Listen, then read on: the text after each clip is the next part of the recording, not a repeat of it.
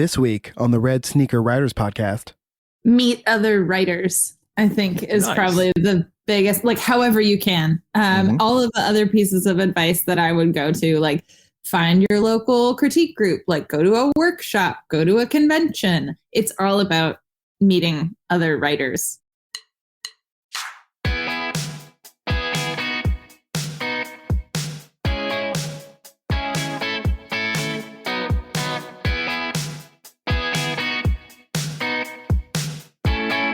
Welcome to the Red Sneaker Writers Podcast.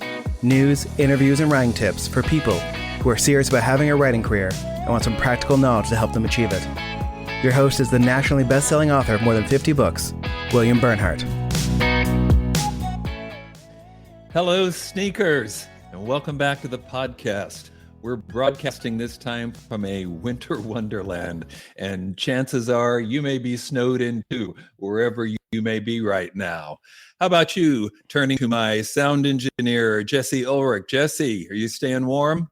I am staying warm. It is snowy and icy out there, which is something, as Oklahoma watchers and listeners will know, is not something Oklahoma is good at handling. So right. we'll see how long this takes until my neighborhood inside. street. It's safer. Stay inside, and it's cold. It's not even like the fun, like in the 20s, like high 20s cold. It is cold out there. Right. I, of course, took my cat for a walk. He insisted, but we didn't go that long. It was pretty cold. Hey, I want to thank everybody for the great response I got to the first official announcement on the last podcast about WriterCon 2022. This latest iteration of our annual Writers Conference is designed for you, people who are serious about writing and becoming successful writers. The conference, of course, is in Oklahoma City over Labor Day weekend every year, which this year is September 2nd through 5th. But the sessions are recorded, so you can participate even if you don't come in person. At WriterCon, you'll have a chance to pitch leading agents and editors and consult with a wide variety of experts, meet some wonderful people. Our headliners this year include best-selling thriller writer Robert Dugoni and former U.S. poet laureate Billy Collins. So please check out our website, which Jesse's got up on the screen, writercon.com. That's WRITERCON.com. Jesse, you're coming to WriterCon, right? I will be there. Fantastic. And you're going to be kind of our, they used to call that a man on the street kind of interview. That sounds kind of sexist now, but the person at a conference. Yes, person right. At a conference. Letting the outside world know what's going on, right? Yep. Fantastic. Hey, my special guest today is Lara Elena Donnelly. I have enjoyed reading Lara's work for some time. Her trilogy is a science fiction trilogy she's written. I'm stuttering now because I didn't think to ask her whether it's pronounced Amberlough or Anderlough, but I'm sure she will clear that up for me later. But it is fantastic, and she's received nominations for the Lambda and the Locus and the Nebula Award, but she has got a new book which just came out on Tuesday as we're recording this. It's called Base Notes. It's breaking out in a huge way and getting rave reviews from people and publications everywhere. I am anxious to talk to her about this book and her writing, but first, the news.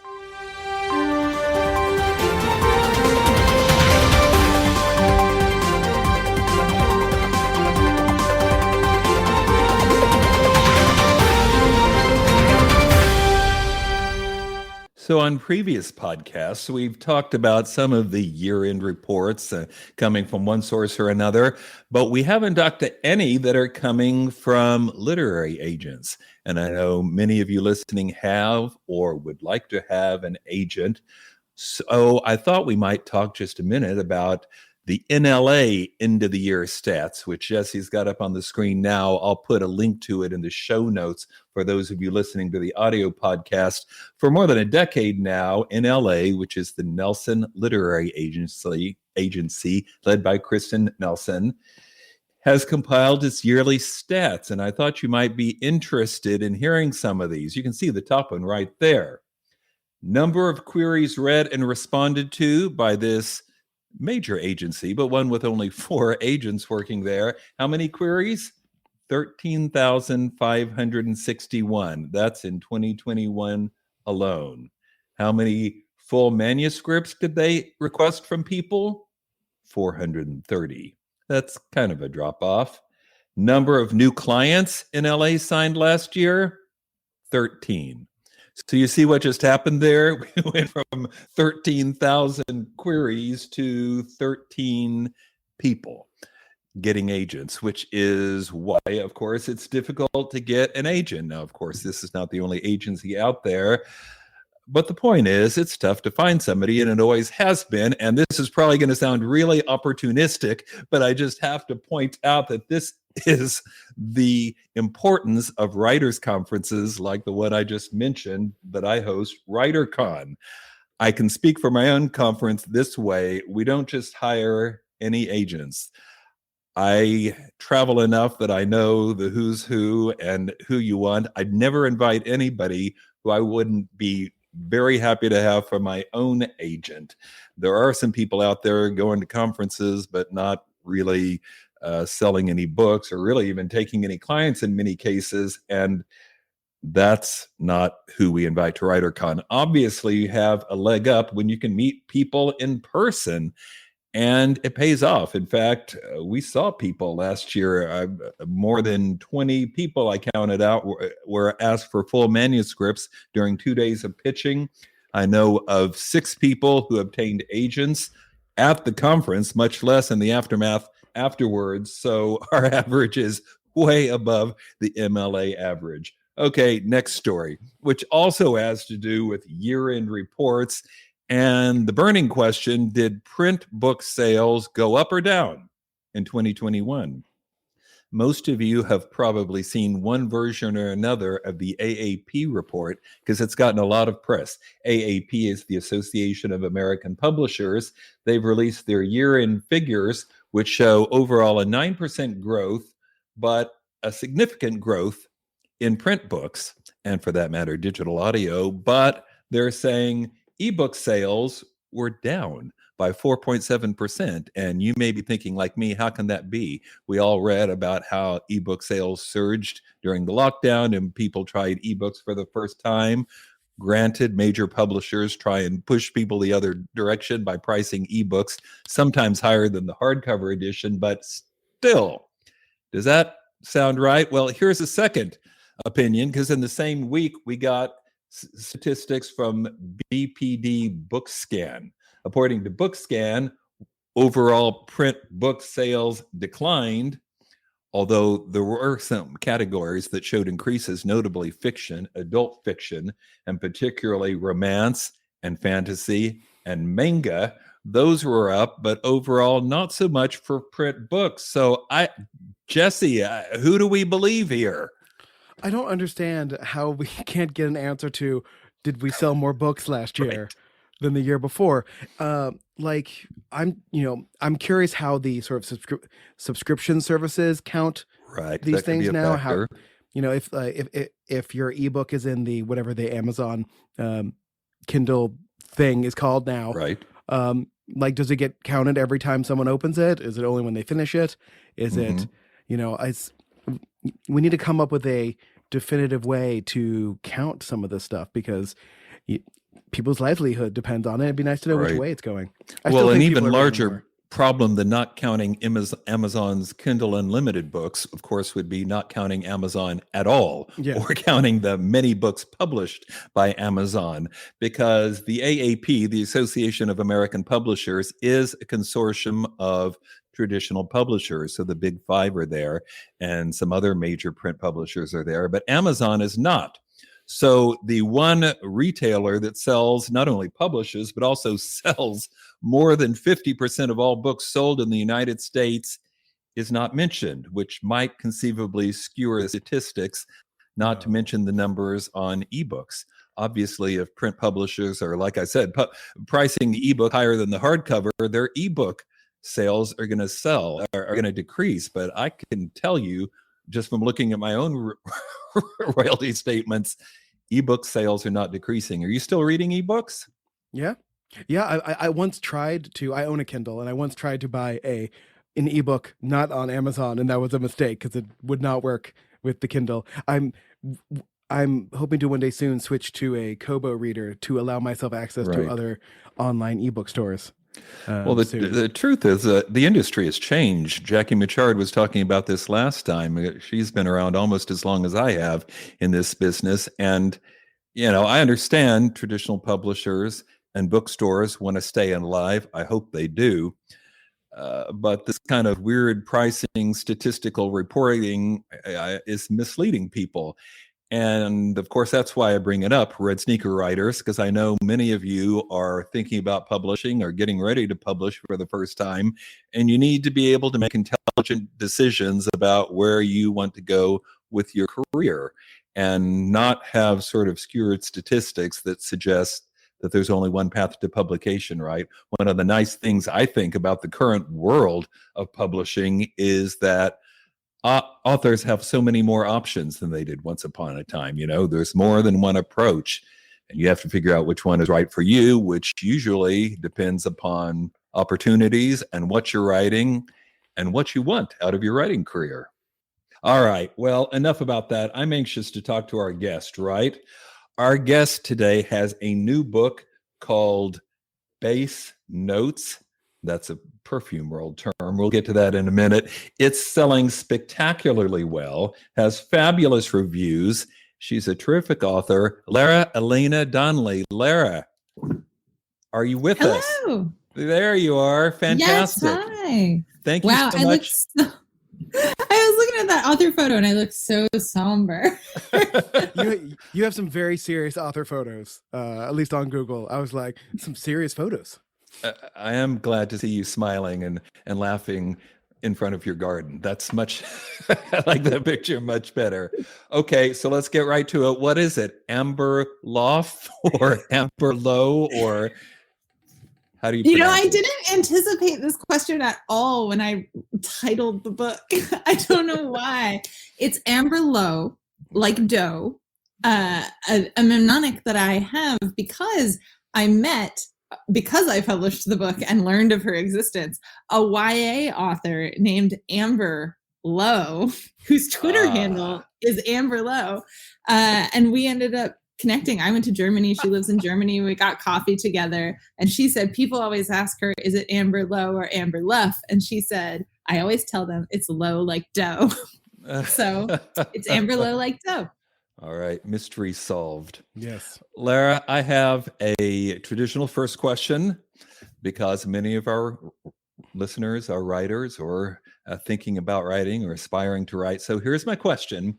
If you were going to give writers out there one piece of advice, I'm sure by this point you have many, but if you had to narrow it down to one, what would it be?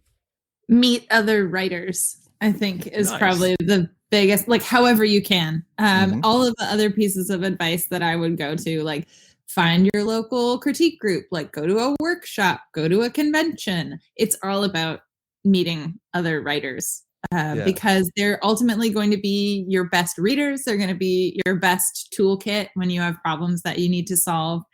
If you have someone that you can text who you trust to talk about craft, to talk about your story, that's going to be worth more than any other piece of craft advice or professional advice that I could give.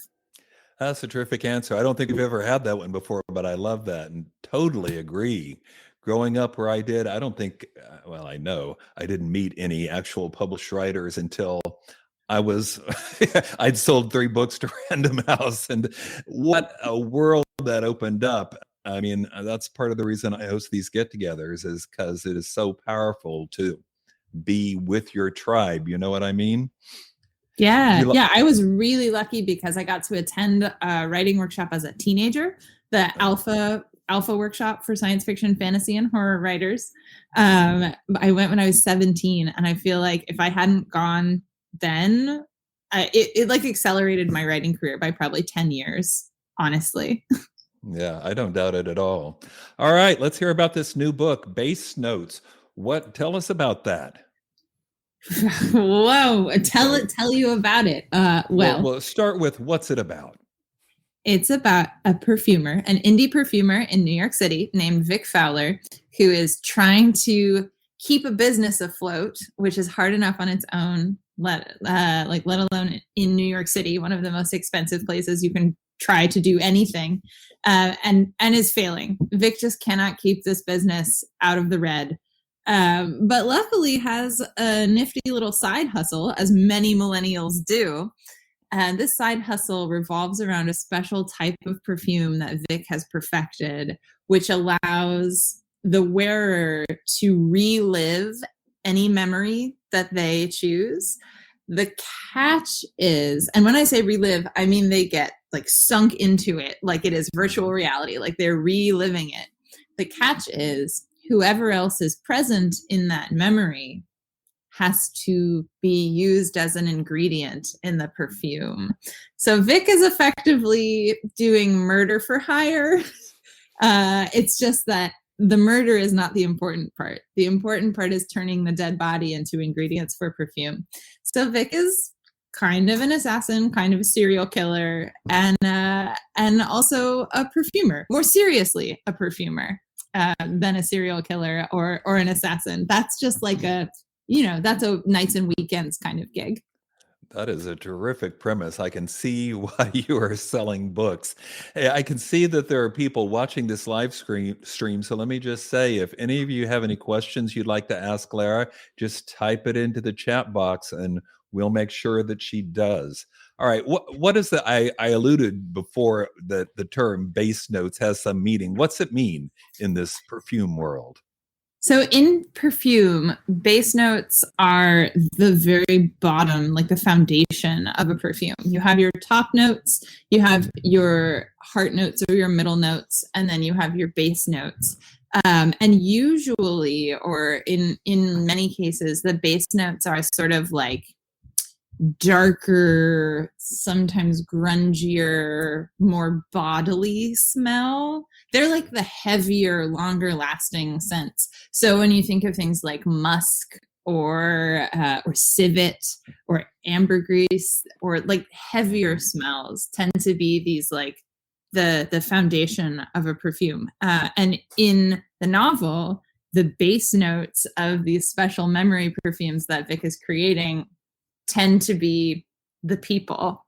But also when I was trying to come up with a title, base notes felt like it struck the right chord because it's about, like the book is about people who will do anything to get what they want or what they need, or who are driven by circumstance to like the extremity of right. action.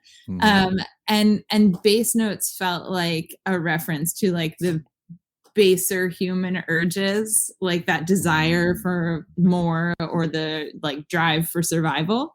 So it's right. kind of a play on words as well as a perfuming term. I'm with you. I should probably point out for the audio crowd that when we're saying base, it's B-A-S-E.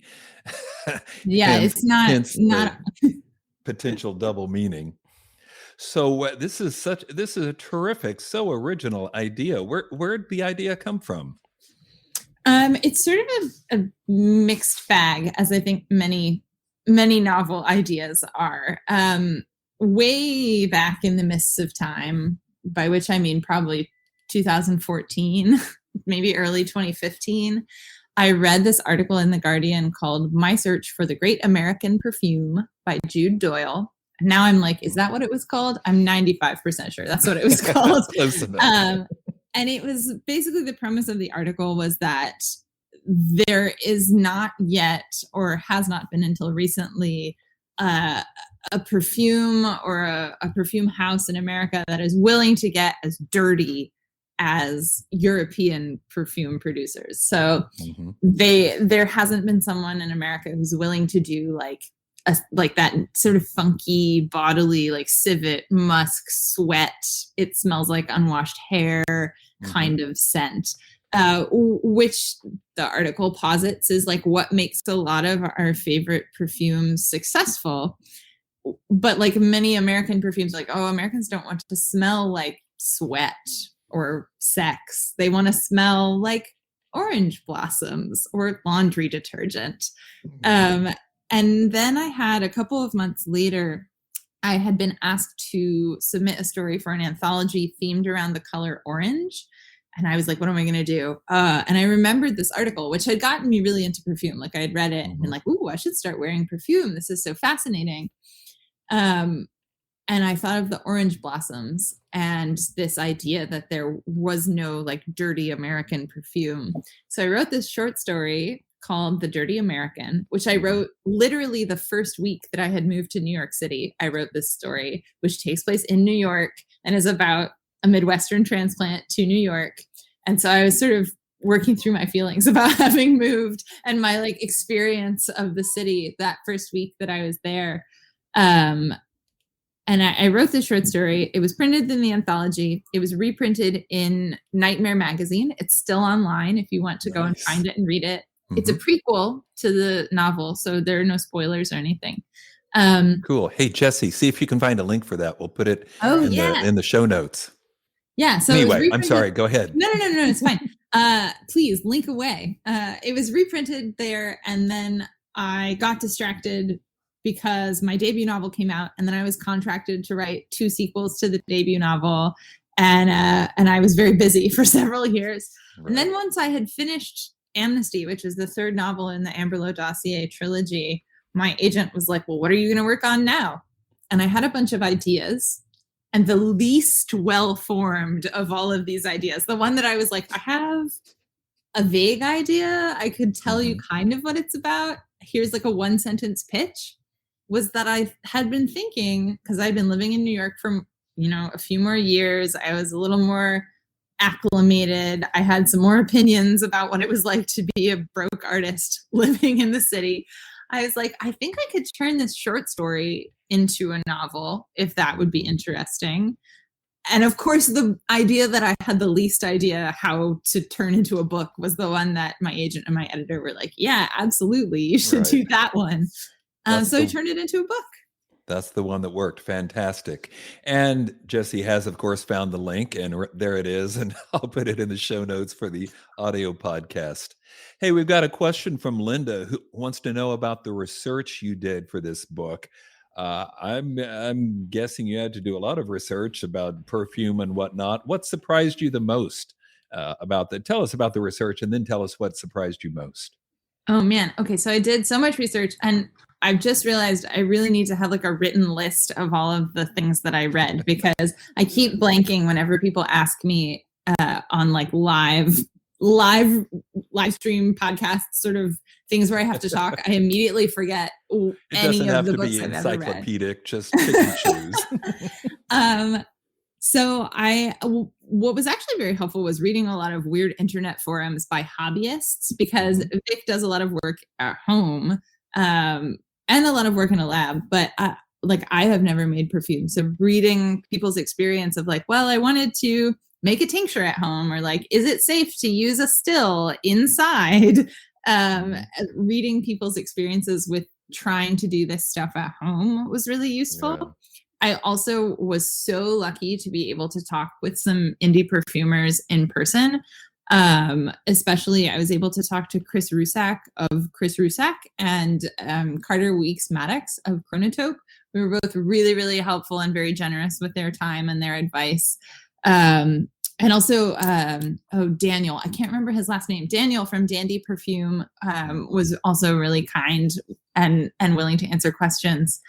I also read a bunch of just very widespread books. I read some academic papers, like there was a great academic paper about queer identities and the concept of skank in perfume. And there was one about the sort of historical failure to taxonomize ambergris. Like, what is it? We don't know. So we'll put it in lists of things that we also don't know what they are.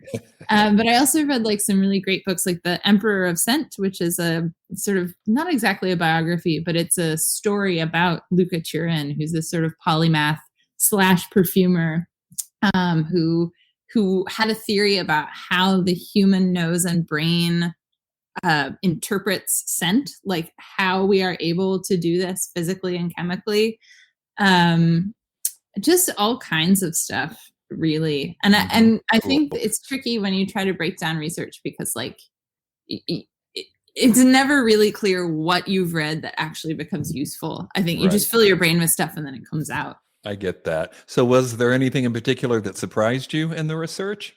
Yes. So the thing that surprised me the most is when I was learning about like the culture of the perfume world. I didn't know that there is this type of person who's very into perfume called a frag bro. And sadly, no frag bros made their way into base notes, but it is basically like a man, a very macho guy who's really into perfume, and sort of approaches it the way that you might expect men to approach like high-end watches or like their favorite football team. It's like a very masculine energy directed at this not perhaps traditionally masculine pastime in a way that is a little bit off-putting and one might say like sort of toxic masculinity-ish. It's very weird. Highly encourage you to Google. A frag bro. Frag okay, bro. You didn't put it in your book. I'm putting it in mine. So that's fantastic.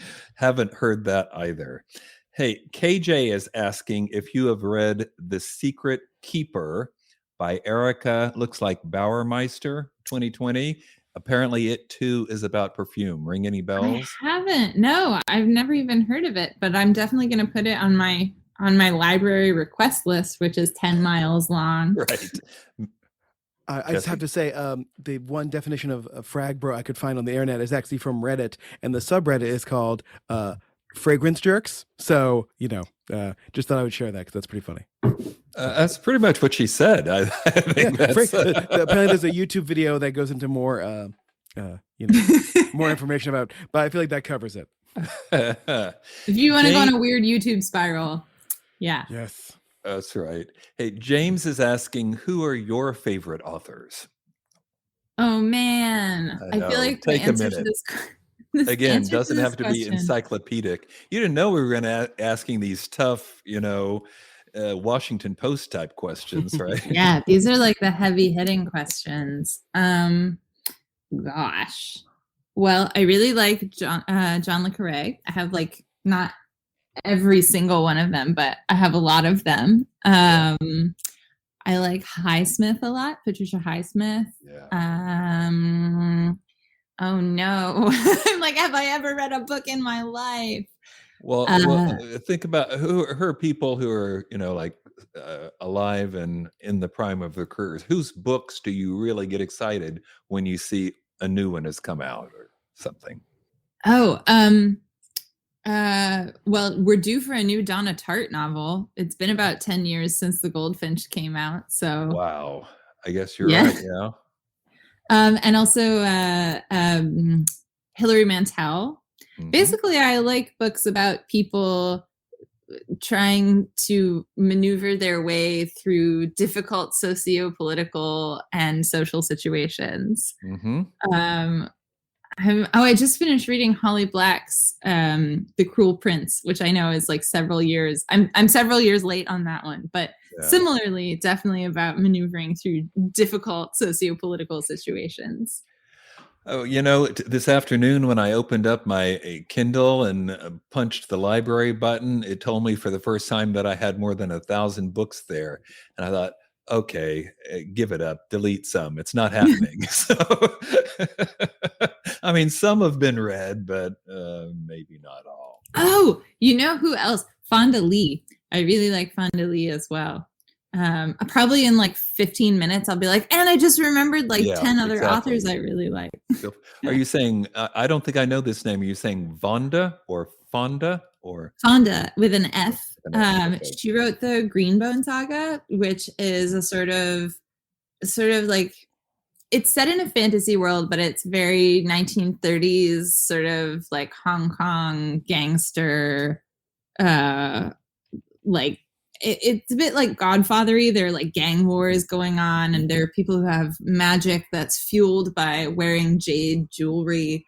But if you don't have the right skill set, if you're not from the right kind of family, the jade will drive you insane. So there's a lot going on, and they're very addictive. Like once you get started, you're like, I must finish.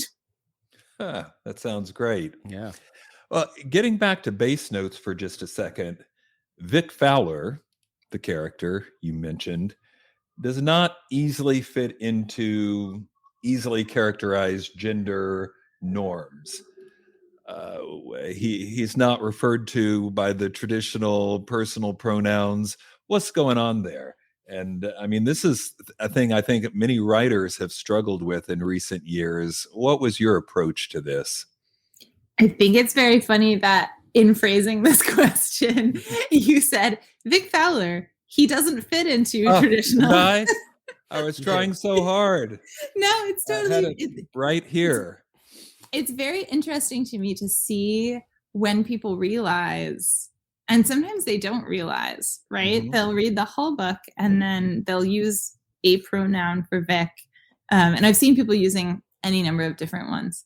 And then if I get the chance to talk to them, I'll at some point in the conversation be like, so I'm just curious, where did you get that pronoun? And then they inevitably completely lose their minds. Right. Well, it's anyway, go ahead. It's complicated. So the way that it unfolded thusly is that when I was working on the short story, at the time I had only really written, not only, but I tended to write in third person. And I had started this story in first person. And I got maybe like 500 or 1,000 words in, and I realized that I had never given a pronoun to the narrator. No one had addressed the narrator using a pronoun. And I thought, and that's writing in third person. How is that? No, in first person. In first person. Okay. It, like this story, I was not used to writing in first person. So it surprised me to figure out that when you're writing in first person, you don't have to pronoun your narrator. I. Sure. Yeah, exactly. That's the only one that you're using. And I got kind of into the story and was like, oh, I hadn't thought of that, but it's true. You don't have to. And I thought, I wonder if I could do this for the whole story. And I could. And so I never mentioned it to any of the editors, and people would read it. And then I would get to have this joyful moment of pointing it out. And I was like, this could become addictive. And so I wondered if I could do it for a whole book. And it turned out that I could. But I also don't want to say, like, the book is definitely playing. Like, it's playing a game with the reader. It's also like me playing a game with the reader so that later I get to go, haha. And it is a part of the formal conceit of the novel, which when you get through all the way to the end, it's sort of revealed that there's a structure to the book, which, given that the narrator doesn't have, like, hasn't been pronouned, could theoretically play into the formal conceit.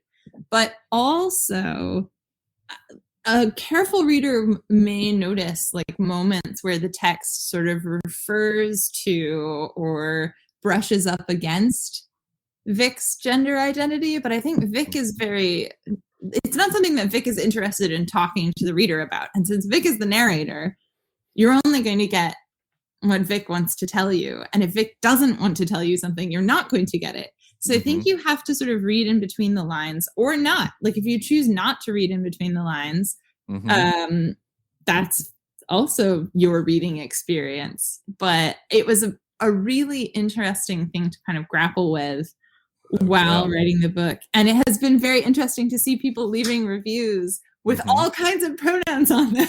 Right. I've got some like she, her, some he, him, some they, them. People are all over the map.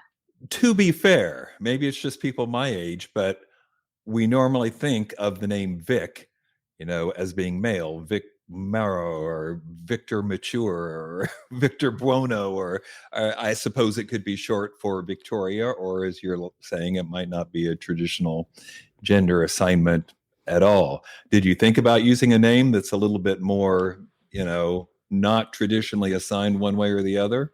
I thought about it a bit. But I was like, I really don't want to name this character Alex. Vic just didn't feel Taylor. Like an Alex, or whatever. And I was trying to come up with something, and oh my God, I don't know if she'll kill me for this if she ever reads the book, but my partner's mother goes by Vic. Her name is Veronica. And I was like, oh, because I also am a big fan of the movie Victor Victoria. Yeah. And so I was like, well, Vic, but who's named Victoria these days? But like, it could be Victor, it could be Victoria, it could be Veronica, it could be a name that Vic chose out of thin air.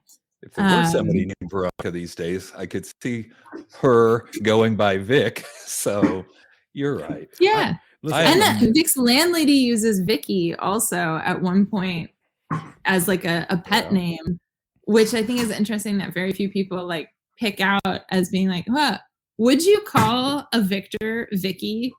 You know, like, have you ever called someone whose name is Victor Vicky as a nickname? Sure. I am so impressed that you were able to bring this off for a whole novel. And I have sometimes written chapters where I didn't want to reveal any kind of gender information, not because I didn't want to, assign the character a traditional gender identity, but because it's a bad guy viewpoint. And I don't want to narrow the field by saying, anyway, it's either a guy or a girl or neither or whatever. And I just find that incredibly difficult. Of course, I'm writing in third person usually too. So anyway. Yeah, I don't imagine it would be very easy to do it in third person. You'd have to get very creative with your syntax. Well, hats off to you in any case. Last time on the podcast, our guest was Jacqueline Mitchard, and we had a nice chat with her about the challenge of writing unsympathetic characters. You also have characters in this book who like commit criminal acts and engage in other extreme behaviors. Were you concerned that readers might not empathize with the characters and get involved in the book, the story? No.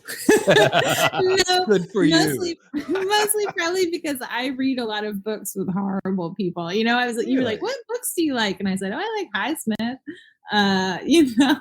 Tom Ripley is not really but also here's the thing. I think it's a big difference. He is though. I mean, yeah, he's not flawless, but you couldn't have written several books about a character readers didn't like at some level, even if you just. I feel like if you think about it, it's the difference between sympathy and empathy, right? Yes. We can feel for Tom Ripley. Like, I wouldn't necessarily be like, oh, poor Tom Ripley, right? No, not poor Tom Ripley. But you like seeing him in action. Yeah, when you read the books, because they're so close to him and you see him having all of these, like, he's so anxious, he's so afraid he's going to get caught, but he wants these things so badly. And it's so compelling when read from this very close third person that you feel like, yeah, I completely understand where this guy is coming from, which is not sympathy, it's empathy. And I think people kind of, we talk about like, oh, this book didn't have a sympathetic main character. And it's like, it doesn't matter. Did it have an empathy? Like, did you empathize with the main character enough to understand, why they were doing what they're doing? Did their motivations make sense to you? And did you find the motivations compelling, at least within the scope of the novel? Mm-hmm. That makes sense.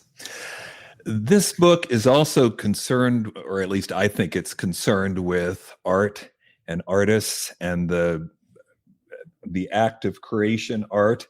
We're always told that you're supposed to make sacrifices for your art. I heard that early on, so I decided, well, I'll sacrifice exercise because I hate it. So that's not really. But the characters in your book take this sacrifice business to kind of an extreme. Where did this inspiration come from? Were you trying to say something here or what? Yeah, I feel like this is a very angry book. There's a lot of anger, I think, in the air these days. Yeah, but not at all unpleasant or,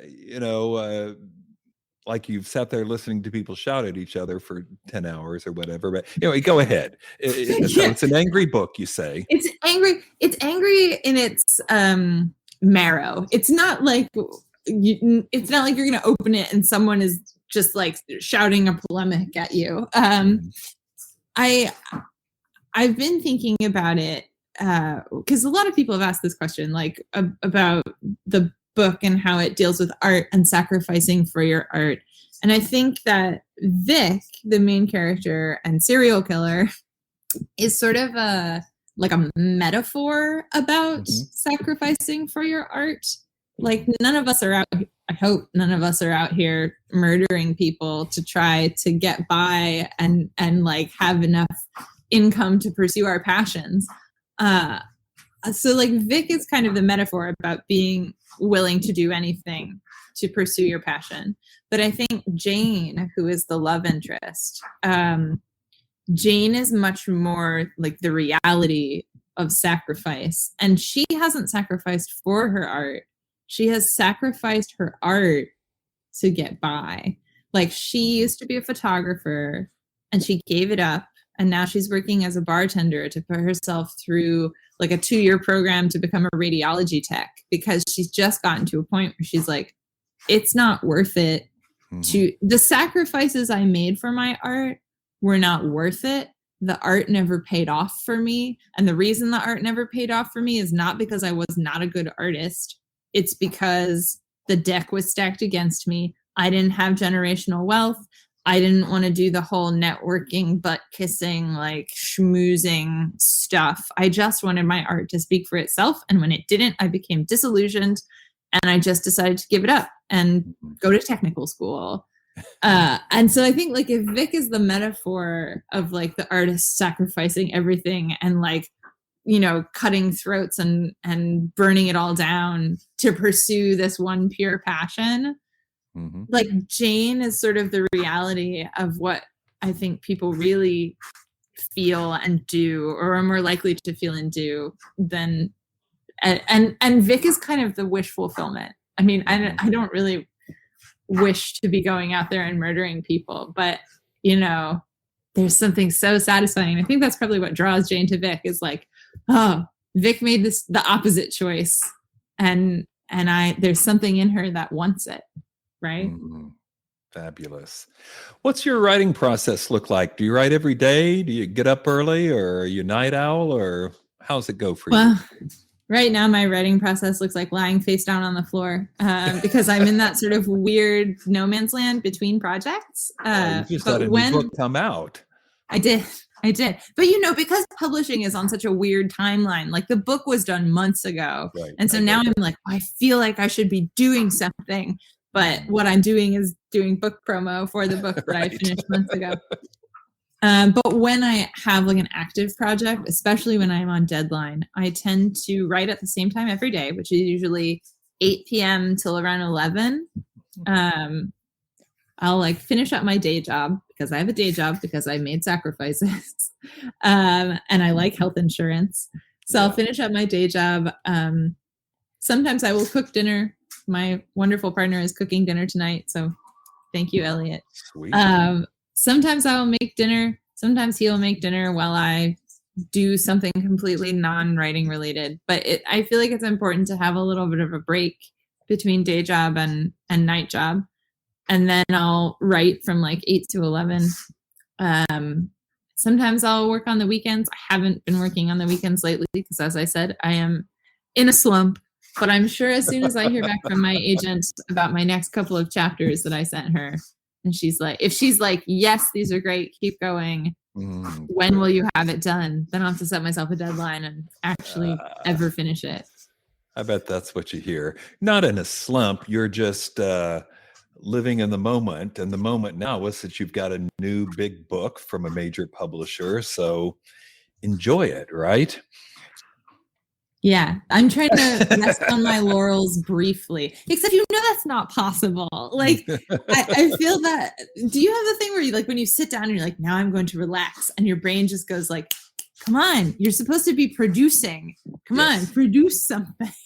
But what I've learned over the years is that's actually a plus when, you know, I sit down and think I'm going to watch television, but actually start thinking about the pages I wrote that day. Pretty soon, my subconscious will tell me, oh, but you forgot to, and then I'll make a note and do it the next day. So that's not necessarily a bad thing. Yeah, it's shower brain. I feel like whenever I get in the shower, which is the time when you literally can't do anything else. You're just in the shower, you're wet, like you're covered in soap, and your brain is like, oh, a great idea for a story. Yes. Yes. Except in the shower, you can't even make a note. You just got to remember at least. But you can. My mom gave me this amazing thing that is a waterproof notepad with a little wax pencil, and it sticks on the tile with a like sticky pad. And so when you have an idea in the shower, do they have those at Amazon? I want wherever sticky notepads are sold. That's better than writing it in the steam on the shower door or something, because that's just not going to last. You could also, if your phone is in the bathroom, just like dictate to Google and Siri to remind you about something. How could your you phone get back later and you're like wow. in the bathroom, not in the shower. But okay. You just shout loud. Yeah. Yeah. Okay. Listen, there's a lot of me yelling at Google in this house. So, because it just talks to me sometimes and it's terrifying. So, Lara, wait, if I said, Alexa, turn off Jesse's lights. See, I changed my word because I wanted to be all Star Trek-y, so it's computer, but I have it muted. So no, you can't control my Alexa. That would have been so fun. I know. Lara, pantser or planner? Planner. Definitely a planner. Mm-hmm. Yeah, but I mean, no plan survives the enemy. So there's a beautiful plan at the beginning and then things happen. Right. Oh, yeah. You may change it every day, but you've still got the plan, right?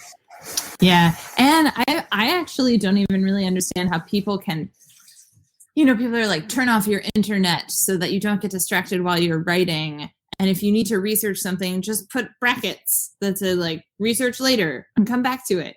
I'm like, but what if that piece of research is like key to something later?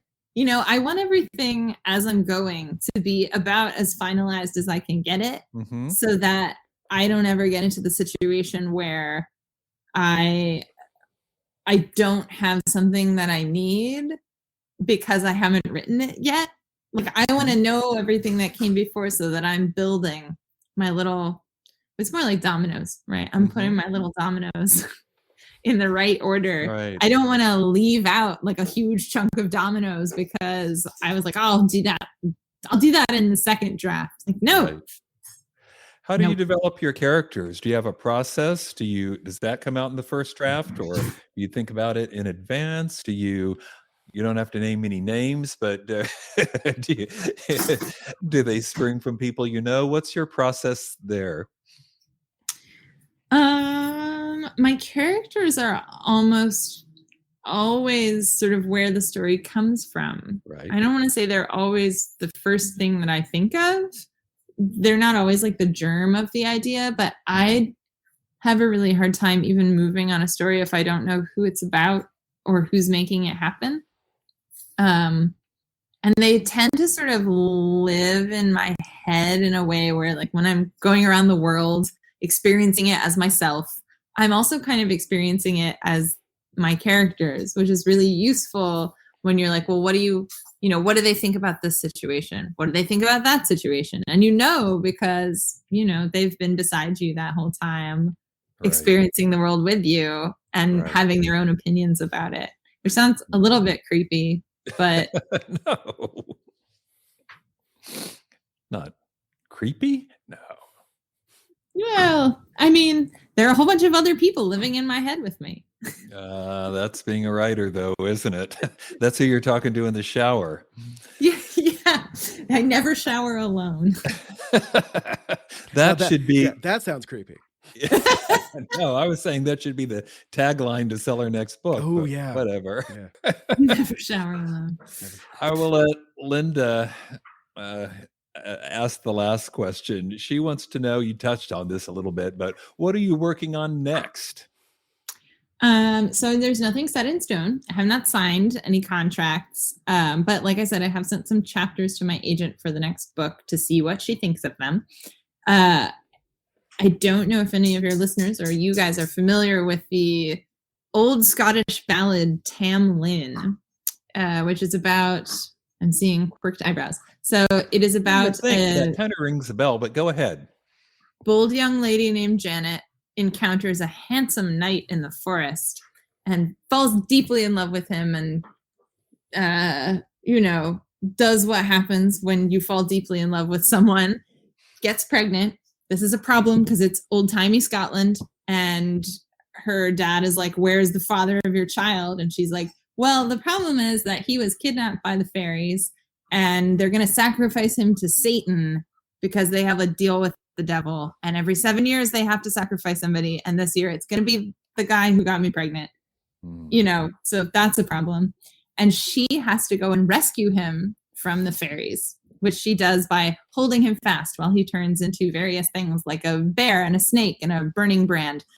But she wins and she gets to take him home. So my next book is only very vaguely a retelling of this Scottish ballad. Well, it's a pretty good story. But... Yeah, it is a pretty good story. It's set in contemporary New York.